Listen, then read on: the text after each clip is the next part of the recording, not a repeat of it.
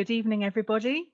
My name is Jane Jacobs. I'm from the International Relations Department of the International School for Holocaust Studies at Yad Vashem, and it's my great pleasure to introduce Helen Conn of the Yad Vashem UK Foundation to open this evening.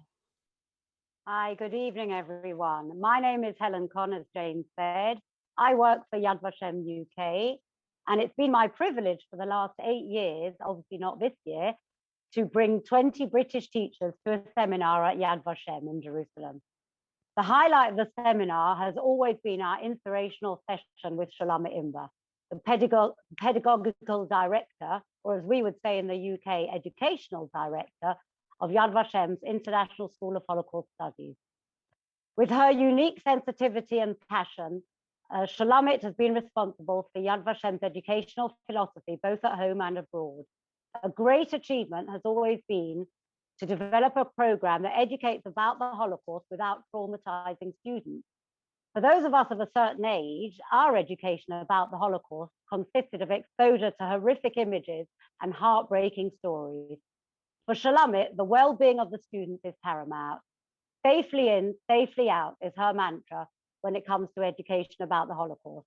And her work at Yad Vashem has consistently reflected that.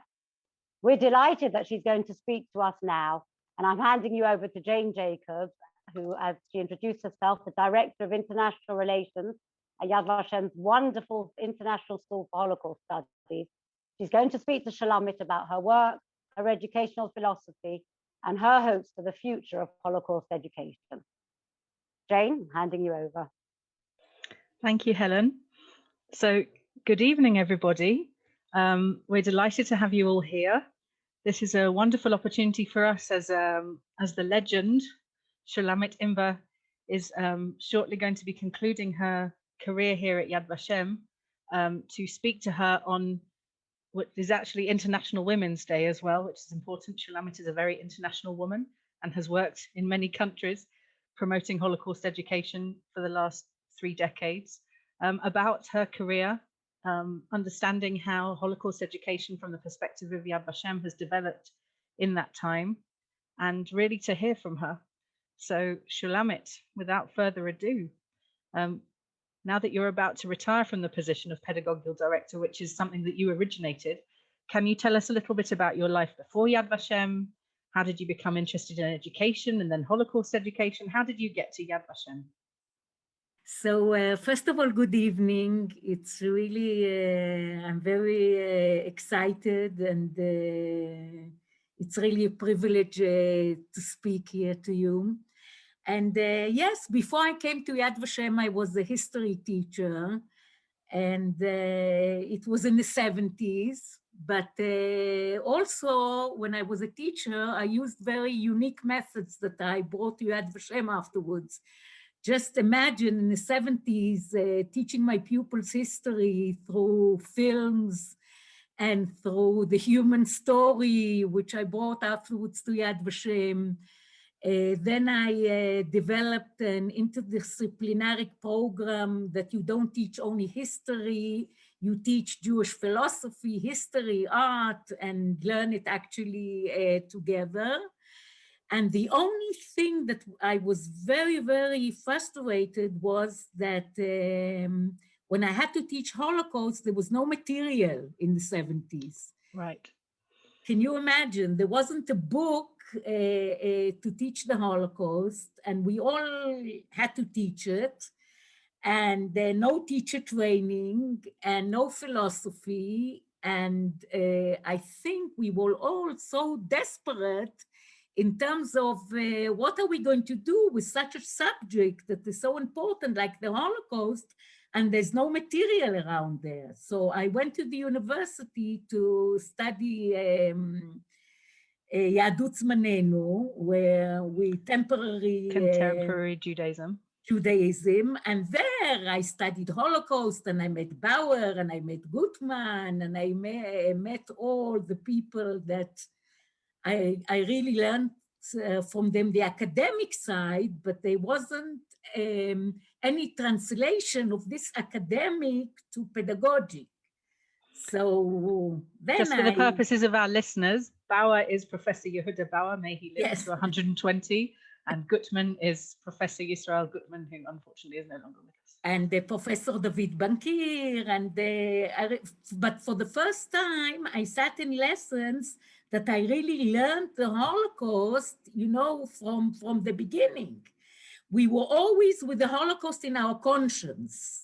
And we had Yom HaShoah, Memorial Day, and the siren and everything, but no one learned how to teach the Holocaust. And that was a big problem when we had to teach it to our students.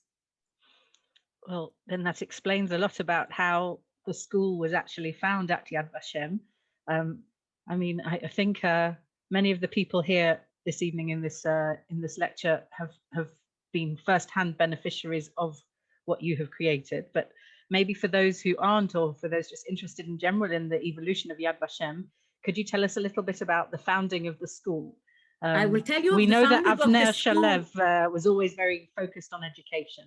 So where did that meet? Jane, before I tell you the founding of the school, you asked me for stories also. So I'll tell you one story that before Avner Shalem came, I was working already in Yad Vashem. I came to Yad Vashem as part of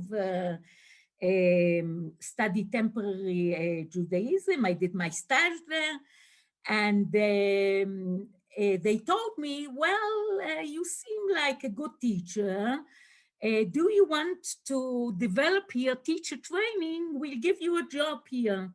So I said, of course, you know, I'll put an ad and everyone will come and study of the Holocaust. And then we got no teachers to come to Yad Vashem to study about the Holocaust because teachers were afraid. It was before we developed our philosophy, but I wanted the job. So I got all my friends to come and learn about the Holocaust. And they called this first course, Chashash, Chaverim Shel Shulamit, Shulamit's friends. I made my friends study the Holocaust, and that was the first course that we opened for teachers in Yad Vashem. And I think that after this first course, we began developing a philosophy where we have today thousands of teachers learning the Holocaust. But can you imagine that no one wanted to register to learn about the Holocaust because they said, what do you mean? We'll sit with this trauma? Well, this was the challenge you had to overcome. So it's good that you had so many friends who were prepared to come and spend this time. That's wonderful. So can you tell us then, that was the first course. So then from there, presumably came the idea for the school. Then Avner Shalev came to Yad Vashem and he said, look, I want to open a school. And we were astonished, you know. We all know about museums for the Holocaust, but opening a school for Holocaust studying. And he said something very important that we afterwards developed things by this vision. He says, I want a faculty. I don't want you to replace the field. I want you to develop two things, teacher training and materials for teachers to teach the Holocaust. And let's get good people, good teachers that will sit with academics, as I said, to learn the academic side of you. And you know the pedagogic, and you will be able to build it in the area of the Holocaust. And that is exactly how we started, actually, developing a philosophy. And I'll tell you in very brief what we said about the philosophy. We said a few things. We said, first of all, the difference between the historian and the educator is that the historian talks about the past, but the educator has to give the past a meaning. What is the meaning of the Holocaust? Then it was 45, 50 years later. What is the meaning of the Holocaust to people 50 years after the Holocaust happened? Let's find the meaning. What don't you find the meaning in? The meaning is not in bodies and in numbers. It's not the shock treatment that gives a meaning. It's not the numbers that give a meaning.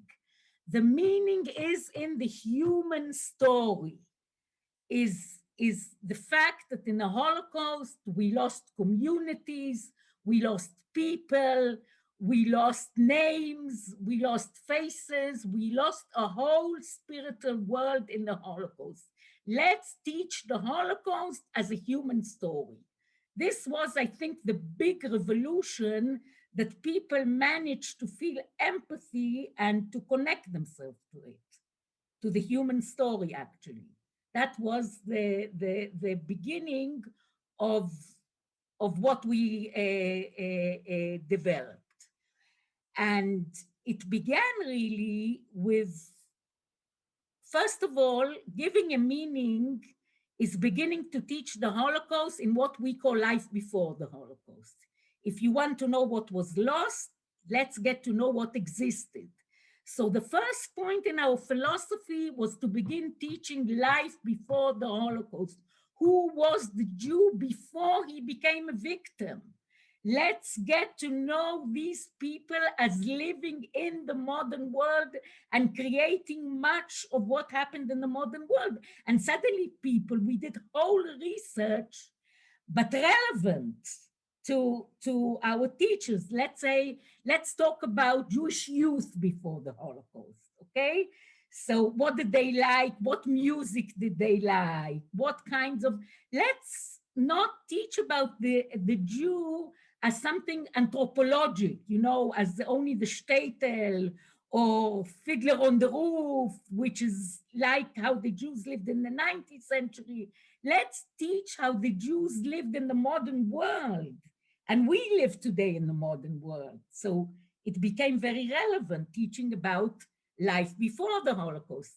And you know, it's very interesting. In research that was done about what teachers liked most in our courses, it's very interesting that everyone who came to study in Yad Vashem said that the biggest thing they learned about is Jewish life before the Holocaust, that they can connect to, that they can do something with it. And then we came to the big question. How do you teach about what happened in the Holocaust? Because the Holocaust is trauma and death. At the end of the day, 6 million Jews were killed in the Holocaust. And trauma doesn't have a meaning. So what do we do? What do we do? We teach students about what happened in the gas chambers. We teach about the death only.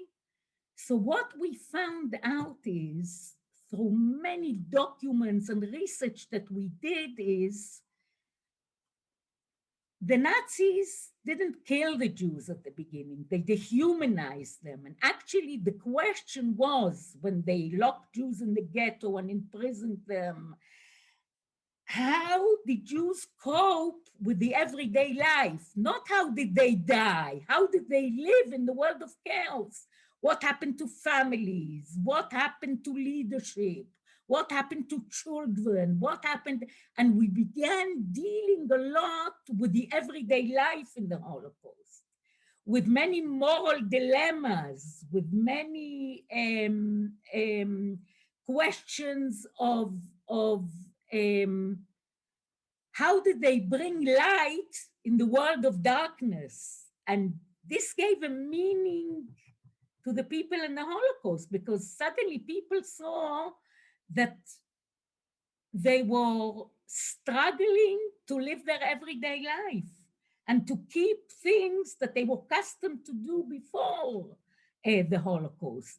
And it became many units that we developed, and we found a lot of materials of creative things that teachers did with students in the ghetto, that doctors did in the ghetto. And we began really introducing what we call the everyday life in the world of chaos. How did they give a meaning to life in the world of chaos?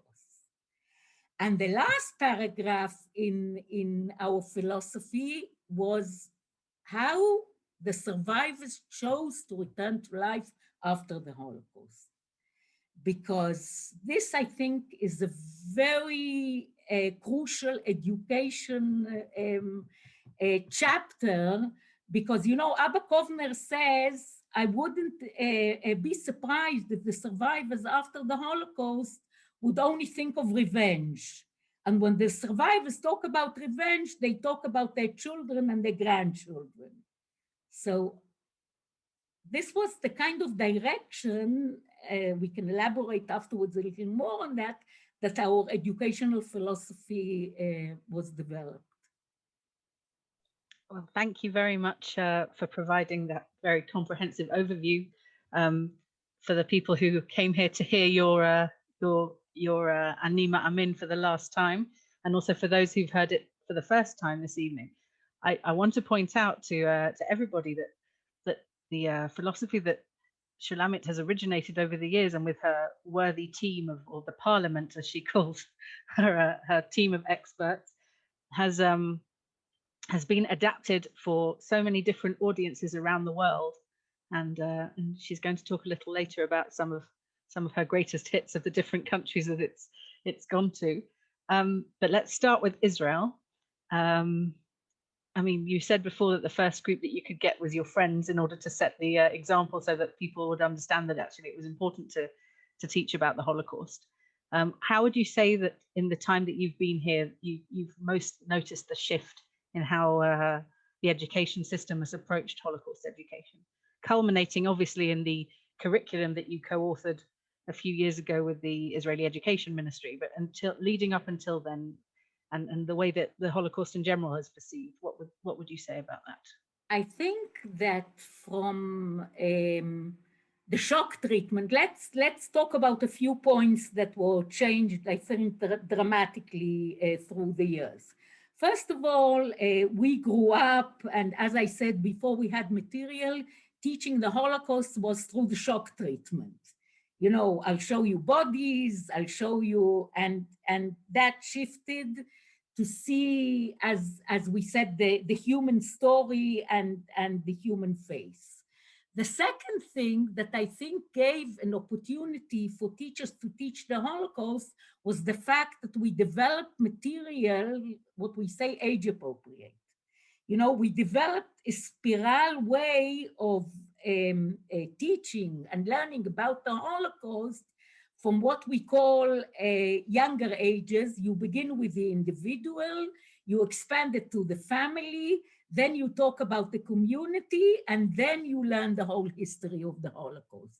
So it means when you're in a younger age, and there was a big debate in Israel, why should you teach young students about the Holocaust? You know, many people were very much against it, but we felt that, you know, on Yom HaShoah there's a siren, and we put once a camera in one of the kindergartens, and the teacher in the kindergarten said, well, this siren is an ambulance, you know, because she didn't want to talk to the children about the Holocaust. So you know what the children told her?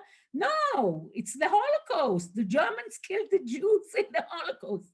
Children knew everything about it, but no one spoke to them. So it was as if no one was mediating to them the Holocaust. And the fact that we began developing material from K to 12, I think brought a kind of direction that teachers could use materials of the Holocaust, and as we said, bring them safely in and safely out when they teach them about the Holocaust, and they don't teach the trauma. So, for instance, when the child is young, you choose one story of someone who survived in the Holocaust. You focus on righteous among the nations. You focus on how the children coped in the everyday life, but according to their cognitive and emotional stage that they are in other things they learn in school. So I think that the fact that we brought the human story, the fact that we brought the age spiral, what we call from K to 12, the fact that we provided a lot of materials for teachers that is not traumatic. I think that this brought teachers close to the people in the Holocaust without feeling that they're bringing the trauma into the classroom. And I think also we involve parents through the years in this teaching. You know, we told the teacher to speak with the parents about the curriculum. So parents began being involved in it and spoke to the children at home about it. And we connected gave to parents. Could I ask you to share your story about the time when you guided your son's group on a Poland trip? Okay, so now you're catching me as a mother in a very tricky way. I always had advice to teachers and to parents that you can teach the Holocaust and it's safely in and safely out. And then I found myself as a mother in a very complicated situation. I was a guide to Poland, and one of the students was my son. And you know, I had a dilemma before, if it's good that I'm the mother, will be the guide, and my son will be there, will he feel okay that, you know, his mother is involved in, you know, it's very intensive, 8 years, very intimate with the students and everything, and how will he feel about it? And the headmaster gives me a compliment and he says, Shulamit, I only once saw you telling off your son, you are acting very well. And then we come to the death camp Majdanek, and I found myself, I already guided Majdanek until that trip when I took my son about at least 15 times. And Majdanek is usually a very difficult camp to guide because you have, you know, things from the time of the Holocaust there and the barracks, and it's very emotional there. And I'm standing in the entrance of Majdanek looking at my son, and suddenly I feel something I never felt in my life. I don't want my son to see Majdanek. I don't want my son to see Majdanek. Now, I was ready to do a selection there, you know, Ariel out, the group can come with me in, but you are not going to enter, I don't want you to see these things.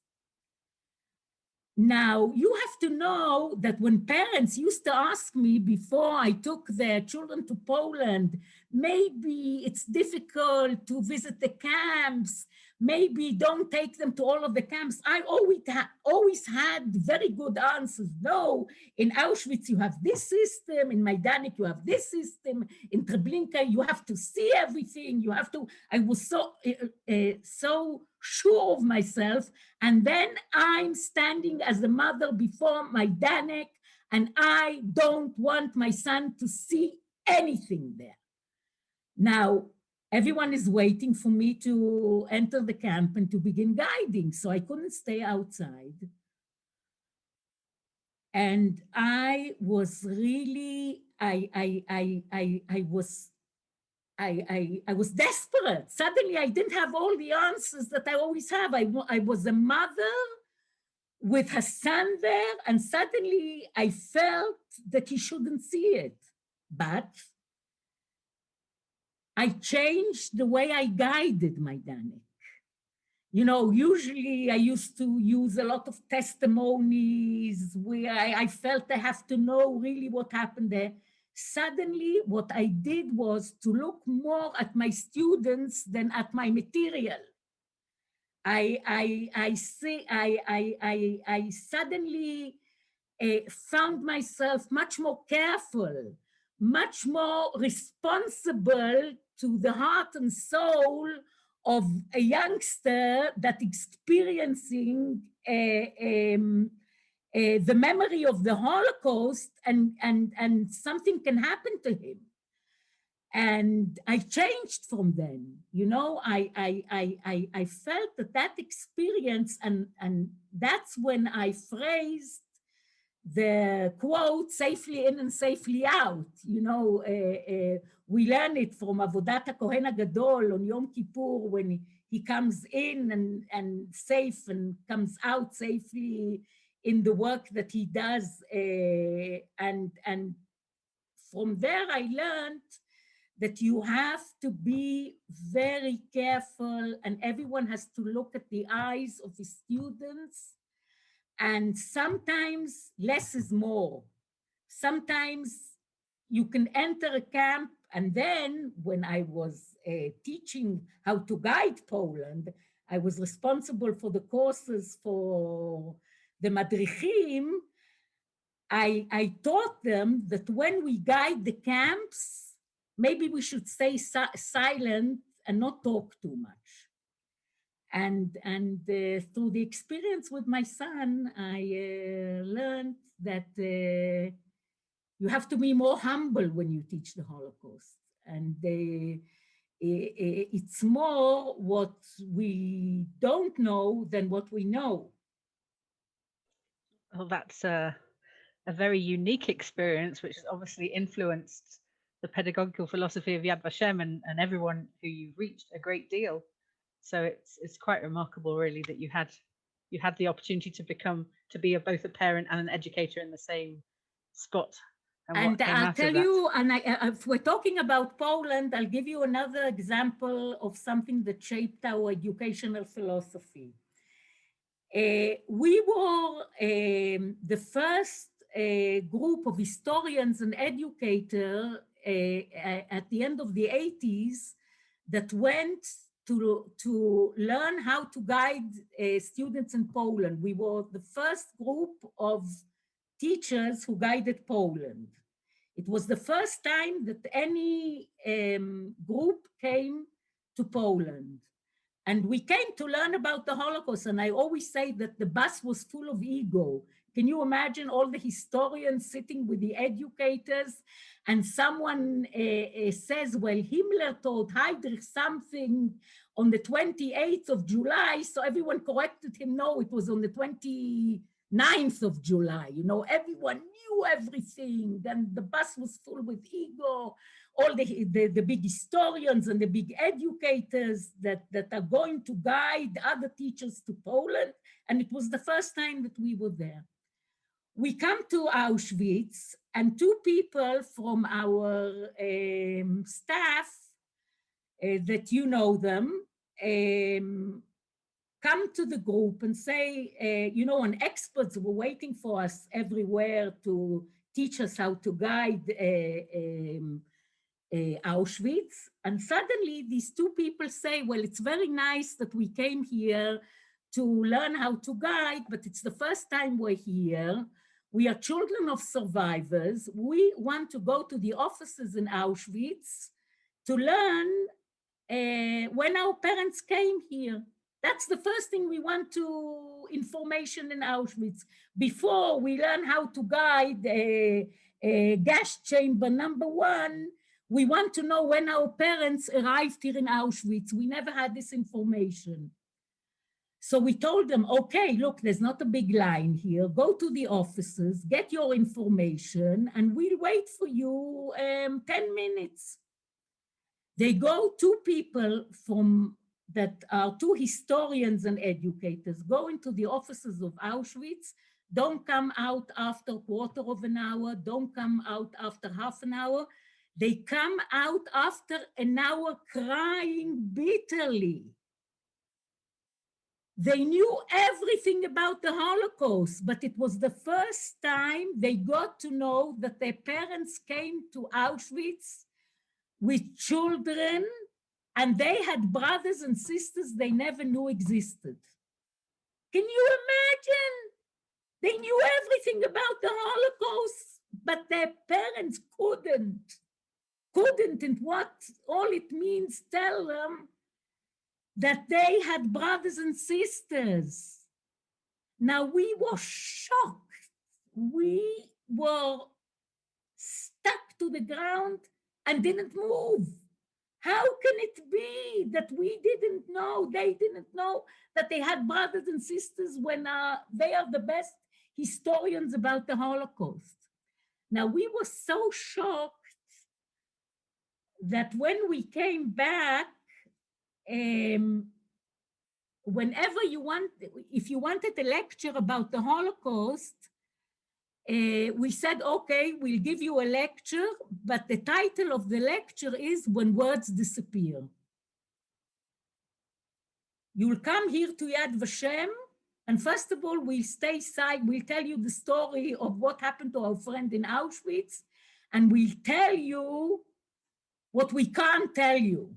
We understood that we're limited with what we can tell about the story. And I think that that helped us develop the philosophy of telling the story, but knowing that that's only part of the story anyway. You'll never be able to tell all the story. If parents can't tell their children, can't tell, there's some things that there isn't a language. There are not words to describe it. And I think that that's what we learn. We went to Auschwitz very arrogant and we came back very humble. I think that the school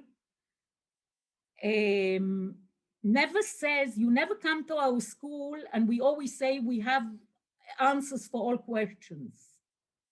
We leave you many times in our courses and in things with a lot of question marks. And I think that experience that we went through that day, you don't learn in any university. So that's another story which I think helped develop a lot the educational philosophy of how do you teach without traumatizing? How do you find the language? How do you tell the story that the words are limited to tell it? Shulamit, I've worked with you for 12 years and I've never heard that one before, and I don't even have any words myself. Let's move on to another question. As we said before, that there are so many people here from so many different countries. I don't know if you've had a chance to look at the chat, but there's people from, I think, all the continents we work with. Wow. Rochelle can maybe confirm. And there are also some of our alumni here this evening. Now, one of the earliest ever seminars that you put together, we also had two brothers from the UK, Stephen and James Smith. Wow. I believe, and Stephen is here this evening. Wow, Stephen is here. Yes, he is. So in terms of alumni who have gone on to do wonderful things, you've reached a huge amount of people. How do you feel when you think about how much Yad Vashem has been involved in being able to touch people?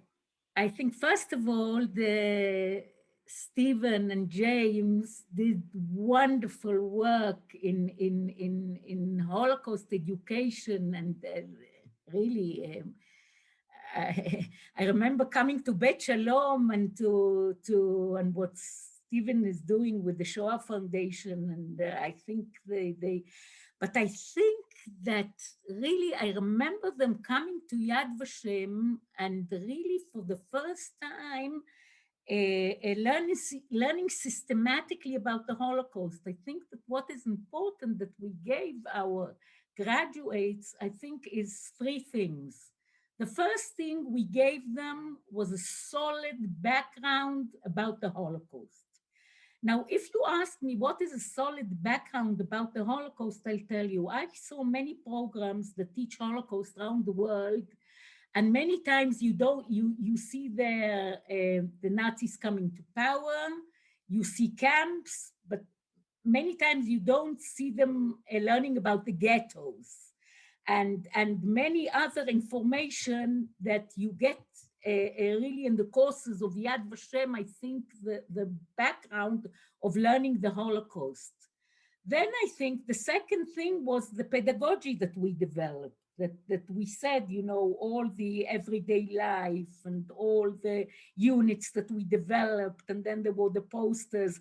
We'll talk, I think, in a few minutes about technology, But I think before we brought the technology, we brought the creative materials for the teachers really that they can teach through. So it was posters, and it was pictures, and it was films, and it was many things the teachers really can use in classroom.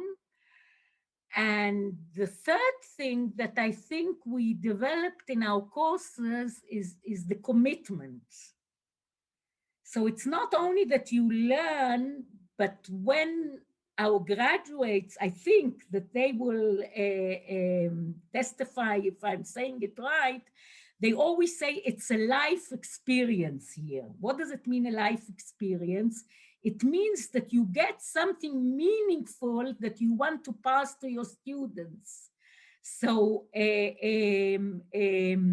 I think that Stephen is a very good example of someone who came to the course but gave his soul afterwards to the subject, and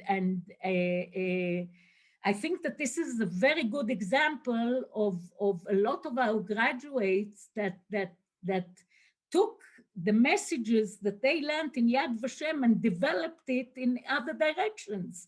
I remember Stephen telling me once when I came to Bet Shalom, the direction that he took, let's say. He said, you know, when there was the genocide in Cambodia, we all thought the Holocaust, but when things began happening in Rwanda, he felt that he has to do something because he was a Holocaust educator. So I think that the nice thing is that our graduates develop different roles of what's important to them in terms of where the Holocaust leads them to deal with it afterwards. Thank you. And I'd like you to know there's also many other graduates who've written to me while you were talking, saying how much you've moved them as well. Yes, I'm conscious of the time, but it's just so fascinating listening to you. Let's combine a couple of the questions that we were talking about. We wanted to talk as well about the advance of technology into classrooms and how that's impacted Holocaust education, and specifically Yad Vashem's pedagogical philosophy, but also as you do step down. Now, I know it's quite hard for you to say I'm retiring. No, it's very easy to say I'm retiring, yes, but you know, I'll tell you what people say. People say you have to retire when you're in your peak, but when you're in your peak, you feel that you can do many things. You understand? So you have to step out when you're still with a lot of energy. So there's some contradiction here. Indeed. Well, with all the grandchildren, you're going to need a lot of energy. Yes, they're already coming in the mornings, you know. And good to know. I'll tell them I have 18 grandchildren. I have already grandchildren that are graduating high school. So for many years, though, you've watched as things have evolved, and in terms of Holocaust education, and we're dealing with all these challenges, whether we're talking about age-appropriate models or anti-Semitism now that's in the classrooms, new types of anti-Semitism, and the world without survivors. And many of the people who are in this call are just as concerned about these things as you are. We would really like to know, what do you feel has been best addressed so far, and what would you say the greatest challenges are that we face? And so I'll tell you something that I said today when I interviewed Elisha Wiesel a few hours ago. And we spoke about his father, Eli Wiesel, and the fact that students today don't hear so much testimony of survivors anymore. I think the impact of survivor testimony is something that we're going to miss greatly. I think that that's something, you know, we did the research with our graduates, what impacts them most. They said the meeting with the survivor. And the meeting with the survivor, I said, gives us something beyond the testimony. When people meet survivors, or when they met survivors, they felt a kind of they felt the survivor is a moral authority, that because of this meeting, I am committed now to the lessons of the Holocaust. And I think the fact that people are not going to meet survivors is going to be missed a great deal. I mean, more than even I presumed. I'm looking at it today, you know, for the last 20 years, we're saying what's going to be when survivors are not going to be among us. So we said, you're recording, you build holograms, you do this, you do that. But at the end, the meeting with the survivor, the meeting with him, looking at his eyes, listening to the testimony and what I call the words in between, that shaped a lot of Holocaust education. And I feel that before we move on and said what's replacing it, we first have to say that nothing can replace this. And it's going to be a big loss. I want to put it on the table because for many years, we had this advantage of the survivors among us, and they gave us a backbone, I think, for much of our development in Holocaust education, so we have to bring it to the table. Now look, technology has its advantages, and I know that my presentations today, when I use technology, brings it to be more engaging. But I am afraid that, you know, some of the techniques that are more in the area of games and are more in the area of travelizing, we have to be very, very careful. Not every animation, not every trick that you bring that you can use in technology, games and things like that you do in other. And now in the Corona, we know it, that everything goes through technology. But when you come to Holocaust, because it's a human story, because it can bring trauma, you have to be very, very careful. Not everything is suited, not everything, you know, we're using animation today in different things that we're developing. And I'm always asking myself, you know, once we used to bring the survivors to talk, and that was the image that the student had. Now he's going to have the image of the animation, and this is going to shape his memory. So we have to be very, very careful. And I'm saying it for those who are going to deal with it in the future. You have these opportunities, but you have to be careful of trivializing and minimizing the Holocaust, because if you'll do that, it won't have an impact. You won't get the lessons. You won't get the meaning. You won't get your students inspired. So you have to be very careful. You have to be much more aware of the materials you're using than we had to be in the past. Yes, you do have to be more aware. Is there anything that you've created that you're particularly, I mean, obviously you're proud of everything, but is there any resource that you're particularly proud of that's reached a far audience in that respect? I think our philosophy. I think the fact that the world is, that I hear many people using the phrase safely in and safely out, and let's teach, we have to teach the trauma without traumatizing our pupils. And many of the phrases that we developed, people are quoting it today, and I feel that, look, I think we did hundreds of projects. We did, everyone is, they're all my sons, okay? So All your 18 grandchildren. Yes, and I can say that I want people to know, I want people really that study in Yad Vashem to know that a lot of things that we developed, we didn't publish at the end, because even if we worked on it a year and we were not sure, that it's the right words or the right thing, we didn't publish it at the end. So you have to be very, very, very careful in teaching the Holocaust. It's not like any other subject you teach. Those are very wise words to conclude. Obviously, we could hear you for a very long time. If anybody has any questions for Shulamit, now is the time to put them in the comments box. I'll mention in the meantime, I saw a comment earlier, there's a gentleman here from Costa Blanca, Spain, who is also called Imber, and he wonders if you're related.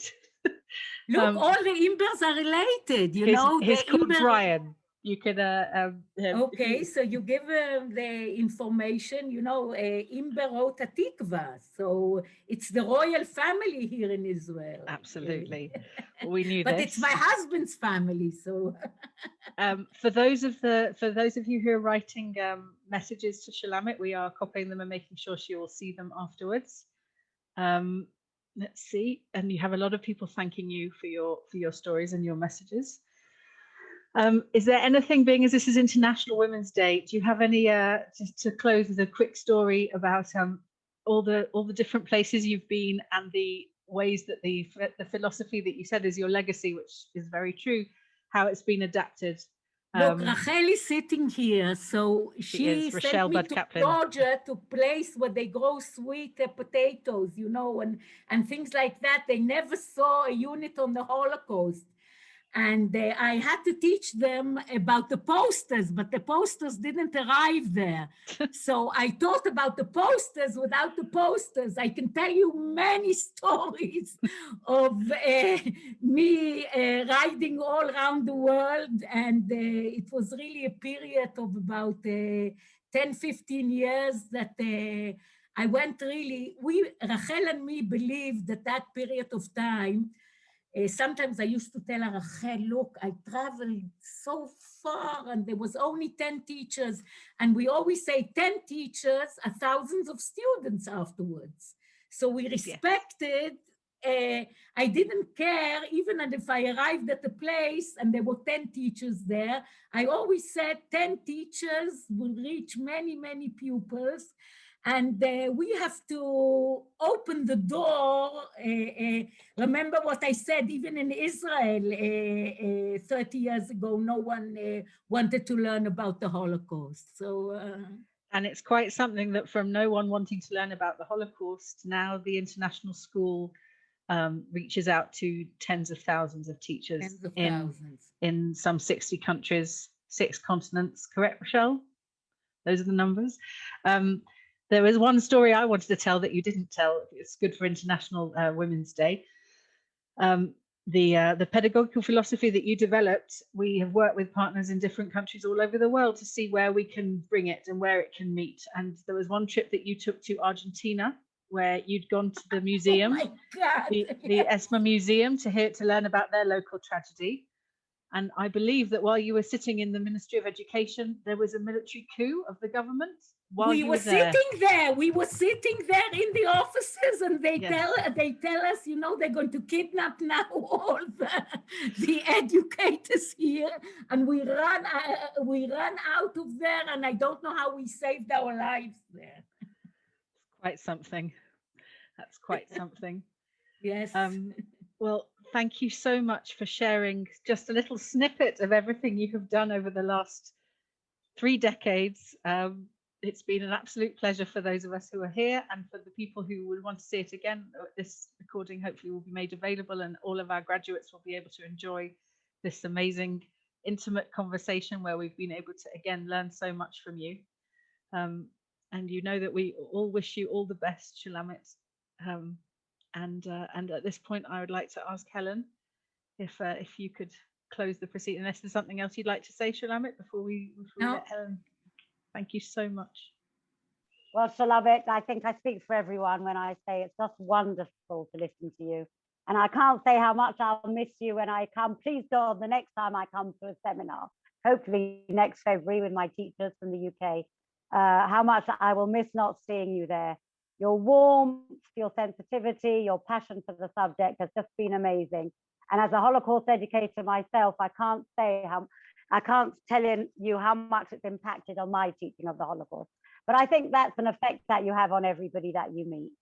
As Jane said, it's very appropriate to have this interview with Shulamit the day before International Women's Day, because Shulamit is an example of the great things women can achieve. A woman of sensitivity, determination, and above all, love. Love for her family, her students, and love for humanity. And I think we can all say that we will all miss her so much. And I will just conclude by saying, I think we are all chashash. We are all chaverim del Shulamit. And we wish you all the best and thank you for everything. Thank you. Thank you, Helen. Yes, very well put. And thank you very much. And thank you all very much for attending. And we hope to see you all soon.